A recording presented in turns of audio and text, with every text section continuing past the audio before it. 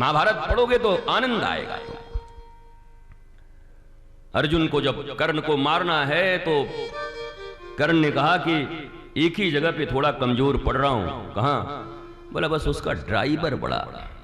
बोला हमारा भी कम नहीं है।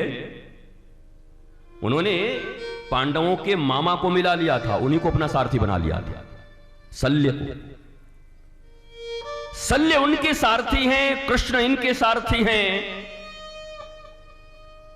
अब संस्कृत में अगर तुम थोड़े से जानकार हो तो तुम्हें बड़ा आनंद आएगा इन पात्रों को समझते हुए। कृष्ण तो स्वयं ईश्वर हैं,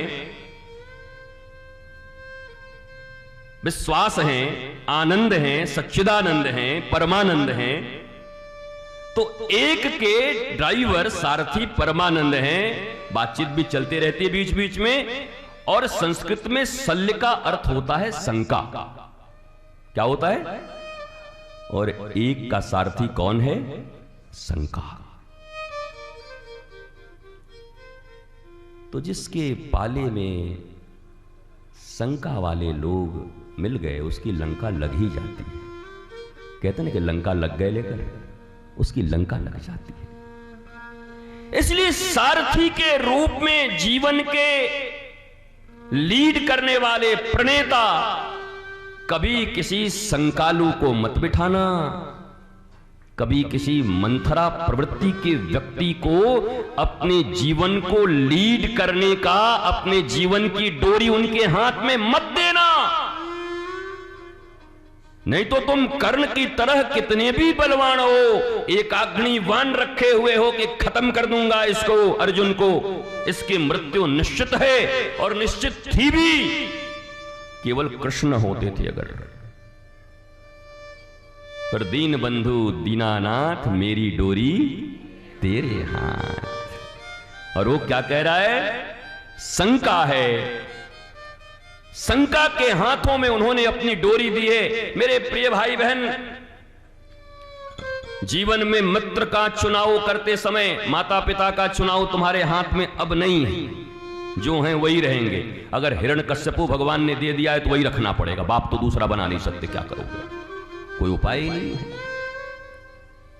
रावण के भी खेमे में प्रहस्त था और दुर्योधन के भी खेमे में विकर्ण था।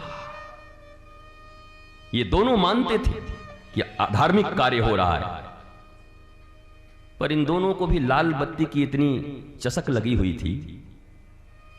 कहते थे ये गलत हो रहा है, प्रहस्त उठ के रावण को, ये गलत हो रहा है, ये गलत हो रहा है। एक बार रावण चप चप इसका बत्ती छीन तू। हूटर लेके घूमता है लंका के नगर में, टों टों टों करते, निकल जा। निर्णय नहीं कर पाया प्रहस्त कि जाऊं कि रहूं। सोचा कौन अब अकेले हमारे करने से थोड़ी धर्म की स्थापना हो जाएगा, ये जो मिला है ये भी न चला जाए।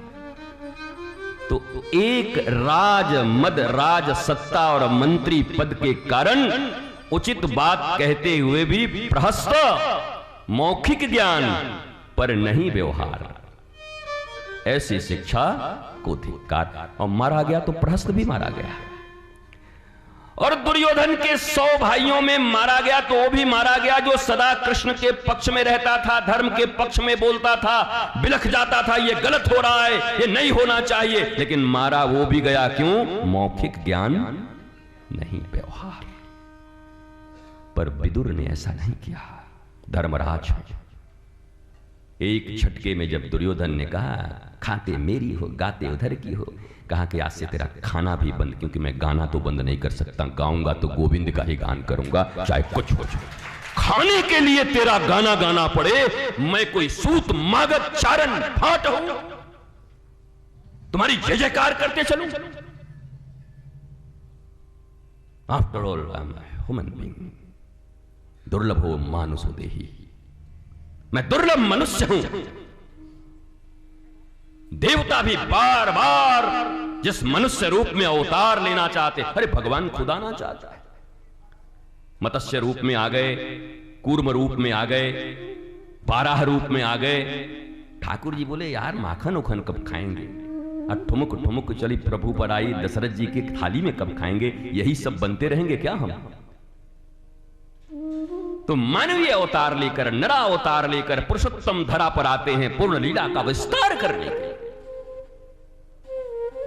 ये इतना दुर्लभ।